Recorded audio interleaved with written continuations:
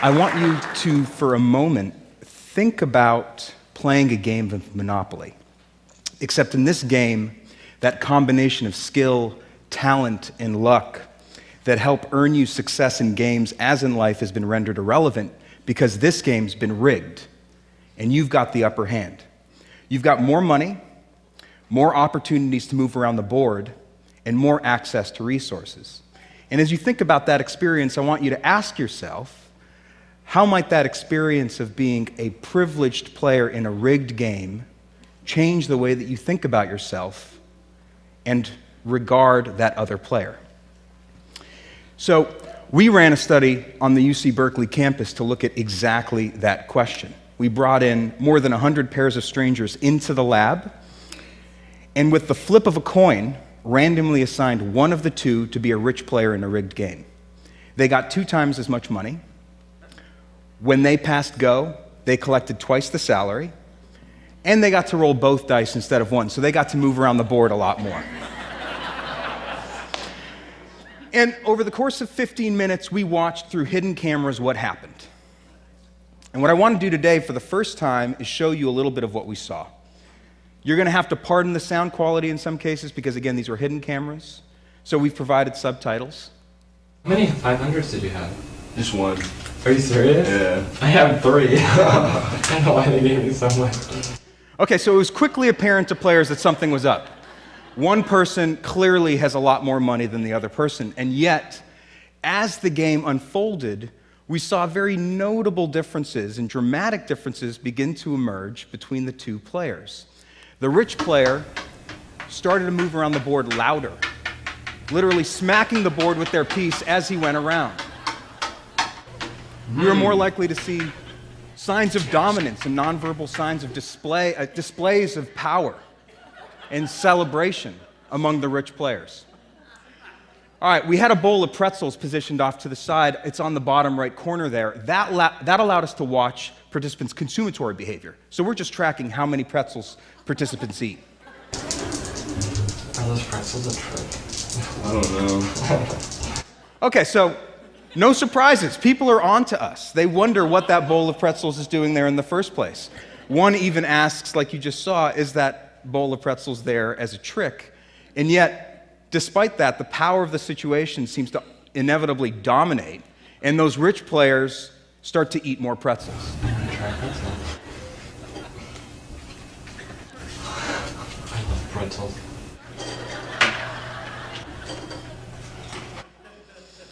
And as the game went on, one of the really interesting and dramatic patterns that we observed begin to emerge was that the rich players actually started to become ruder toward the other person. Less and less sensitive to the plight of those poor players, and more demonstrative of their material success. More likely to showcase how well they're doing. I have some money. I have money for everything.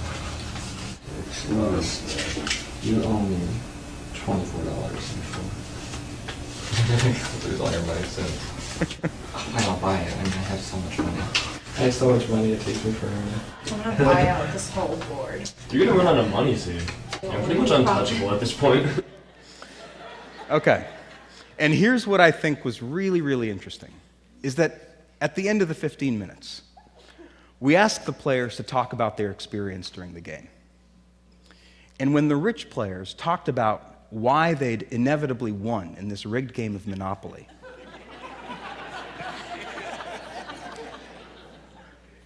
they talked about what they'd done to buy those different properties and earn their success in the game. And they became far less attuned to all those different features of the situation, including that flip of a coin that had randomly gotten them into that privileged position in the first place. And that's a really incredible insight into how the mind makes sense of advantage. Now, this game of Monopoly can be used as a metaphor for understanding society and its hierarchical structure, wherein some people have a lot of wealth and a lot of status, and a lot of people don't. They have a lot less wealth, and a lot less status, and a lot less access to valued resources. And what my colleagues and I for the last 7 years have been doing is studying the effects of these kinds of hierarchies. What we've been finding across dozens of studies and thousands of participants across this country is that as a person's levels of wealth increase, their feelings of compassion and empathy go down. And their feelings of entitlement, of deservingness, and their ideology of self-interest increases. In surveys, we've found that it's actually wealthier individuals who are more likely to moralize greed being good, and that the pursuit of self-interest is favorable and moral. Now, what I want to do today is talk about some of the implications of this ideology of self-interest, talk about why we should care about those implications, and end with what might be done. Some of the first studies that we ran in this area looked at helping behavior, something social psychologists call prosocial behavior. And we were really interested in who's more likely to offer help to another person, someone who's rich or someone who's poor. In one of the studies, we bring in rich and poor members of the community into the lab and give each of them the equivalent of $10. And we told the participants that they could keep these $10 for themselves, or they could share a portion of it, if they wanted to, with a stranger who's totally anonymous. They'll never meet that stranger, and the stranger will never meet them. And we just monitor how much people give. Individuals who made $25,000, sometimes under $15,000 a year, gave 44% more of their money to this stranger than did individuals making $150,000, $200,000 a year. We've had people play games to see who's more or less likely to cheat to increase their chances of winning a prize. In one of the games, we actually rigged a computer so that die rolls over a certain score were impossible. You couldn't get above 12 in this game. And yet, the richer you were, the more likely you were to cheat in this game to earn credits toward a $50 cash prize, sometimes by 3 to 4 times as much. We ran another study where we looked at whether people would be inclined to take candy from a jar of candy that we explicitly identified as being reserved for children, participating. I'm not kidding. I know it sounds like I'm making a joke. We explicitly told participants, this jar of candy is for children participating in a developmental lab nearby. They're in studies. This is for them. And we just monitored how much candy participants took. Participants who felt rich took 2 times as much candy as participants who felt poor. We've even studied cars, not just any cars, but whether drivers of different kinds of cars are more or less inclined to break the law. In one of these studies, we looked at whether drivers would stop for a pedestrian that we had posed waiting across at a crosswalk. Now, in California, as you all know, because I'm sure we all do this, it's the law to stop for a pedestrian who's waiting to cross. So here's an example of how we did it. That's our Confederate off to the left, posing as a pedestrian. He approaches as the red truck successfully stops. In typical California fashion, it's overtaken by the bus, who almost runs our pedestrian over. Now, here's an example of a more expensive car, a Prius, driving through, and a BMW doing the same. So we did this for hundreds of vehicles on several days, just tracking who stops and who doesn't. What we found was that as the expensiveness of a car increased, the driver's tendencies to break the law increased as well. None of the cars in our least expensive car category broke the law. Close to 50% of the cars in our most expensive vehicle category broke the law. We've run other studies finding that wealthier individuals are more likely to lie in negotiations, to endorse unethical behavior at work, like stealing cash from the cash register, taking bribes, lying to customers. Now, I don't mean to suggest that it's only wealthy people who show these patterns of behavior. Not at all. In fact, I think that we all, in our day-to-day, minute-by-minute lives, struggle with these competing motivations of when or if to put our own interests above the interests of other people. And that's understandable because the American dream is an idea in which we all have an equal opportunity to succeed and prosper as long as we apply ourselves and work hard. And a piece of that means that sometimes you need to put your own interests above the interests and well-being of other people around you.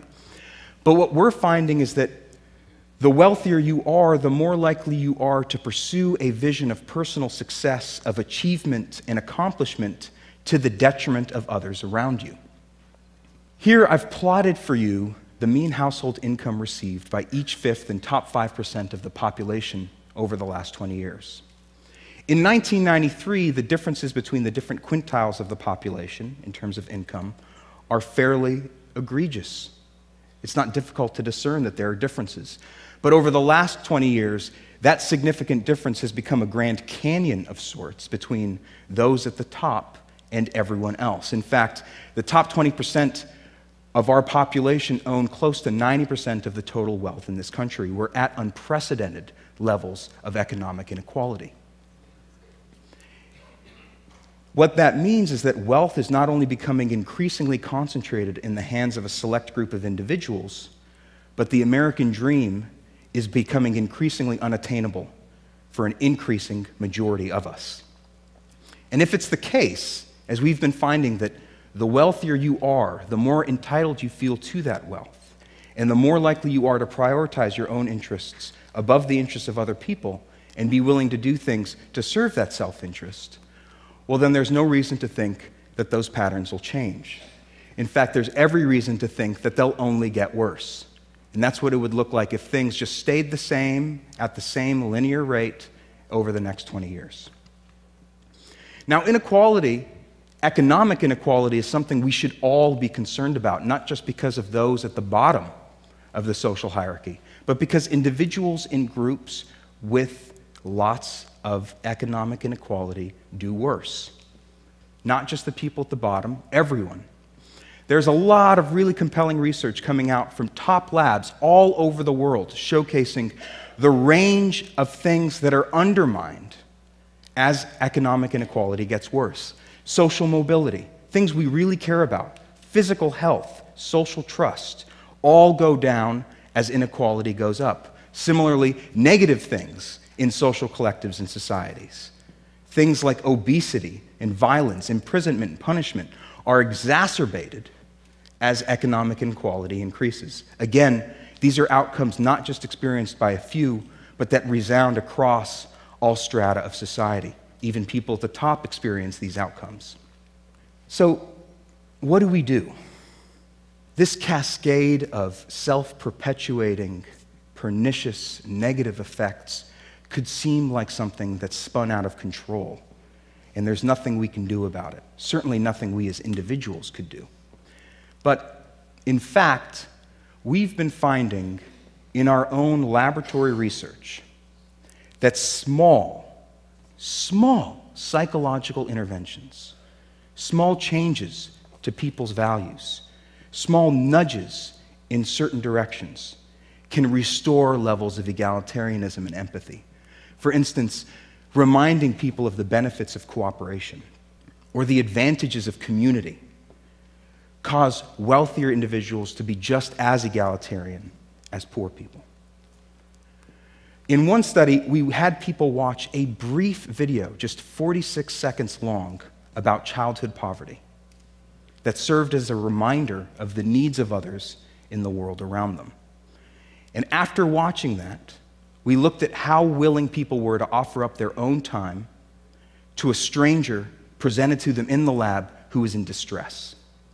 After watching this video, an hour later, rich people became just as generous of their own time to help out this other person, a stranger, as someone who's poor, suggesting that these differences are not innate or categorical, but are so malleable to slight changes in people's values and little nudges of compassion and bumps of empathy.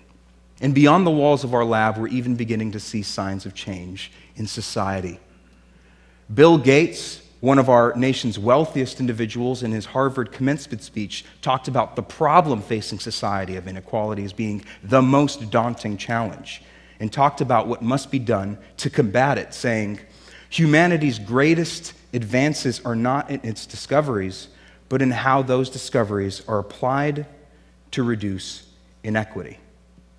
And there's the Giving Pledge, in which more than 100 of our nation's wealthiest individuals are pledging half of their fortunes to charity.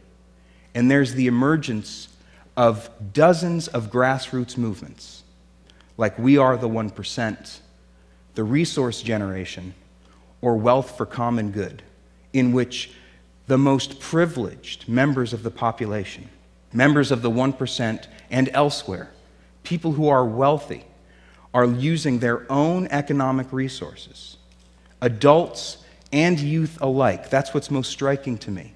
Leveraging their own privilege, their own economic resources to combat inequality by advocating for social policies, changes in social values, and changes in people's behavior that work against their own economic interests, but that may ultimately restore the American dream. Thank you.